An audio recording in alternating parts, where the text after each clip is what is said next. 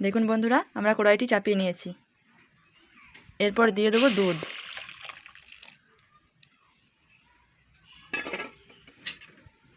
আমরা দুধটি ভালো করে নাড়াচাড়া করে নেব।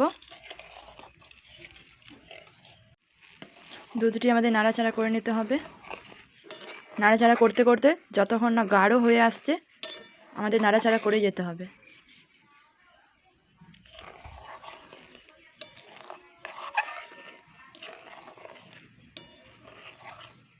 দুধটা আমাদের ফুটছে, এরপর দিয়ে দিতে হবে পরিমাণ মতো চিনি। আমরা এই দুধটির জন্য নিয়ে নিয়েছি চিনি।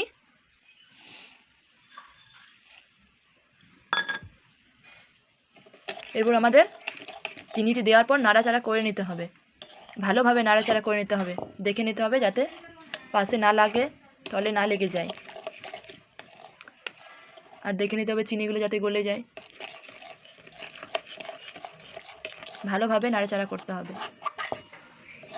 এই রেসিপিটি বানাতে খুব একটা খরচ হয় না, কিন্তু চাই আপনাদের ধৈর্য।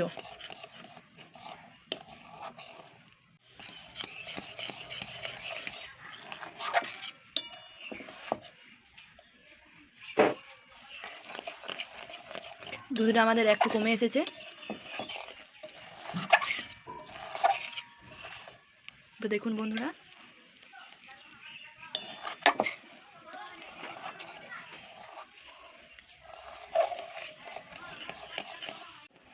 বন্ধুরা, আমাদের দুধটা অনেকটাই ঘন হয়ে এসেছে।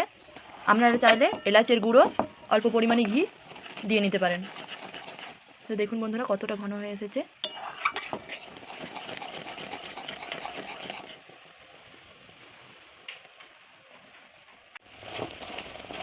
ভালো করে নাড়াচাড়া করবেন, দেখবেন যাতে লেগে না যায়।